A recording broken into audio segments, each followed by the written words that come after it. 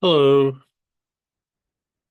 I'm here for another installment in the series of Elena Danaan credibility defense or offense videos. I'm taking the offensive, so to speak. I'm trying not to be offensive, you know what I mean, but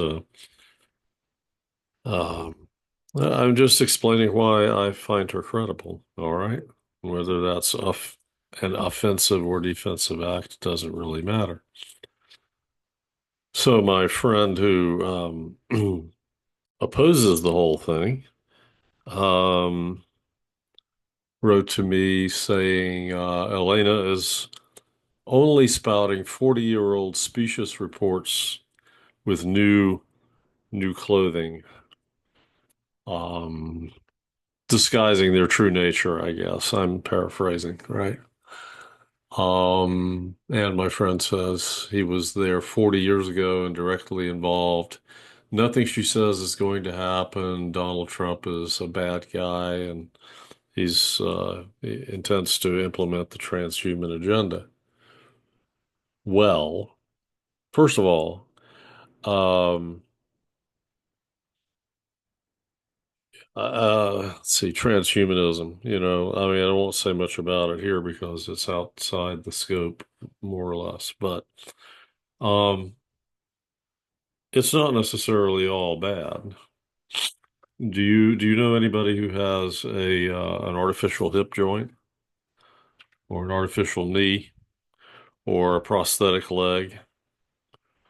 Now, what's the difference between that and something that is called a transhuman? Well, I think that um, there's a spectrum, right? Of you have a clever device that is effectively part of your body, and it has no computing power or no intelligence.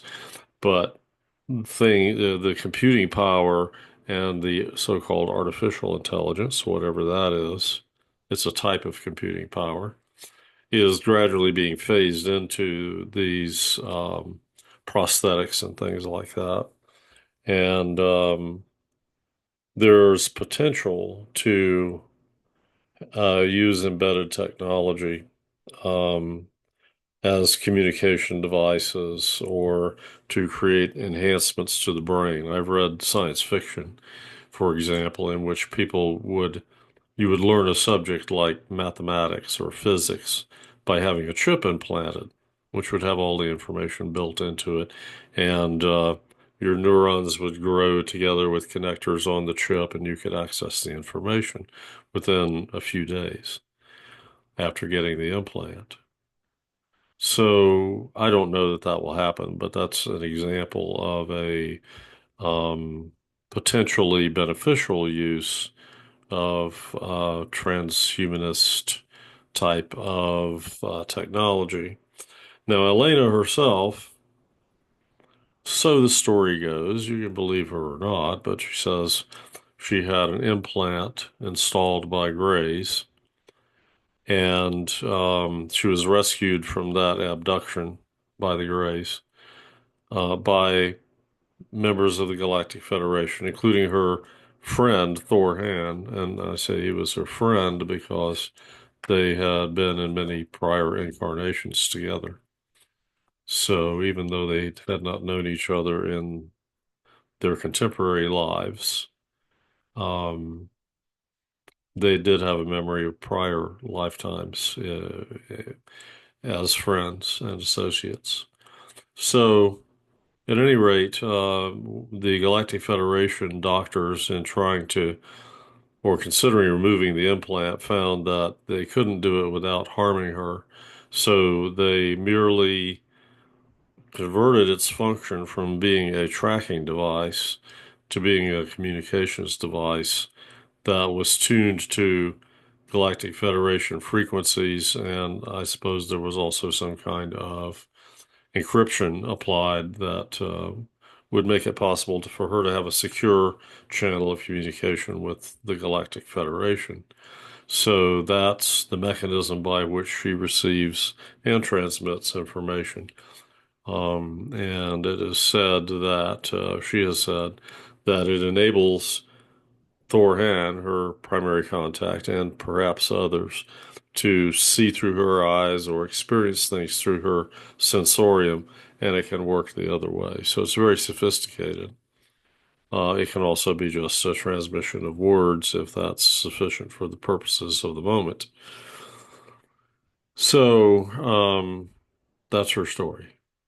Well, let's go back to this. There are a couple of thoughts in here I'd like to address, and so this is a more defensive type of thing, but it's just my my honest response to this, right? To these criticisms or problems or concerns or objections. Objections, good word. So, um, you could say that a lot of what Elena is saying has been said over time. That's definitely true. She brought out in one of her videos that the Intergalactic Confederation, of whom she speaks, and the Nine, which is a group of supernatural consciousness, individuated aspects of source, if you will, that oversee the Intergalactic Confederation. These entities were mentioned 55 years ago in 1969 to a Frenchman named Robert L. I don't know what the L stands for, just his initial. And he was a contactee and met with a tall white, or a Keely Tokert, as they're called. And the tall white was a member of this, I mean, an individual member of the Intergalactic Confederation, and imparted a lot of information to him. But that was the first known mention to a contactee of the Intergalactic Confederation 55 years ago. Okay. So same story, new clothes, only not really. It's just a continuation of the same story. And so so if you try to discredit um, current information because it was aired 55 years ago or 40 years ago or however many years ago, and perhaps there were some predictions in the sense of suggestions or announced plans for things like disclosure to happen. Well, it didn't happen. And it's because, in a strict sense, precognition was not being used. Once again, it was an announcement of plans. And the plans of the ETs may be more likely to take place than some of our plans because they're more powerful than we are and have higher technology, but they're not omniscient and they can't always make things happen the way they want to. This is not an excuse. This is just reality, right? In the human world and in the uh, exo extraterrestrial exopolitical world as well.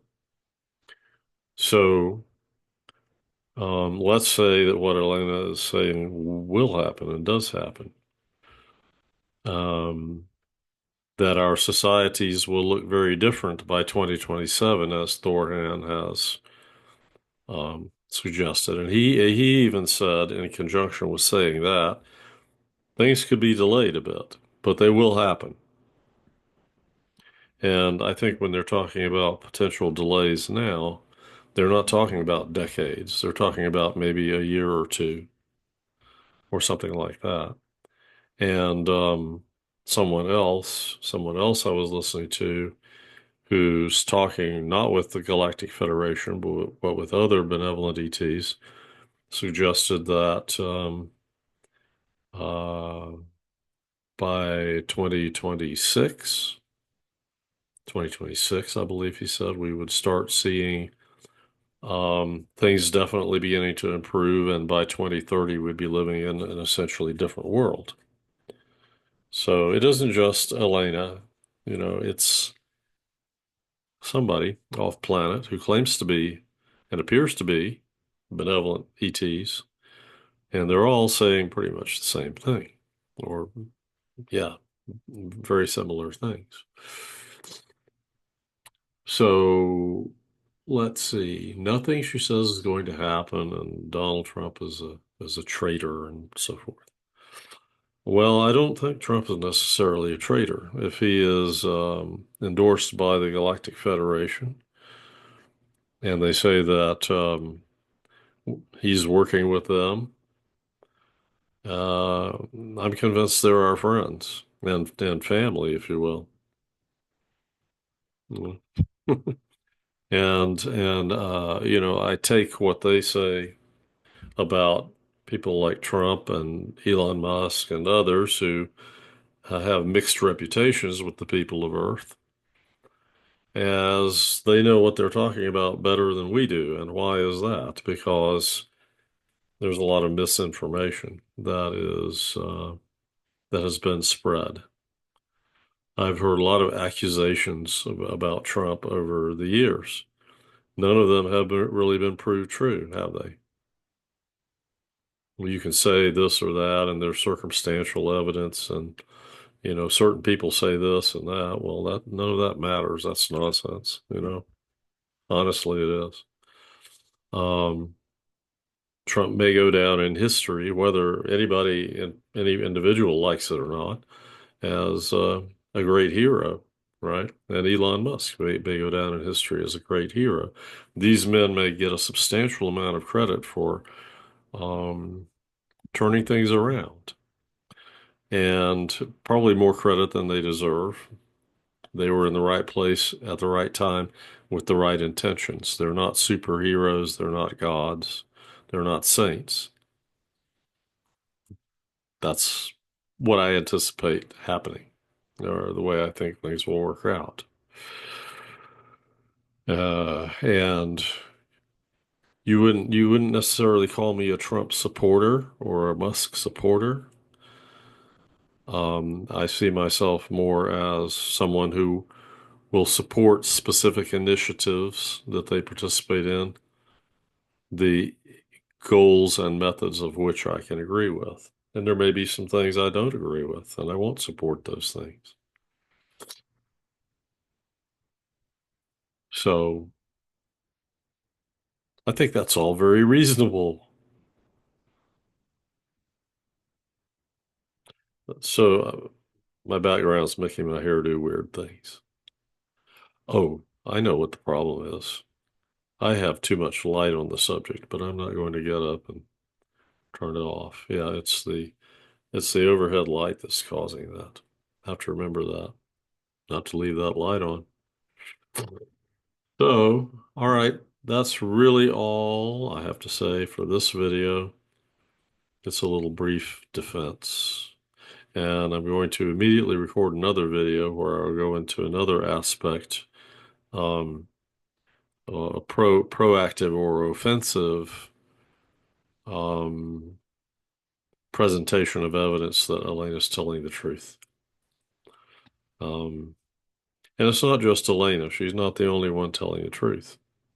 Others who are saying similar things, and she talks about this in a video I watched recently, and she said people are coming forward with the truth as they know it. And each one has a little bit different perspective. They have different opinions, different biases, and different pieces of the puzzle. And that actually shows that there is no collusion between them where they sit down and say, hey, I'm going to be interviewed by so and so. Of course, there couldn't be. I mean, because they would not know in advance what questions they would be asked, right? And what they would be called upon to talk about. So anyway, I think the that's another line of evidence is the corroboration that so many of these people give one another.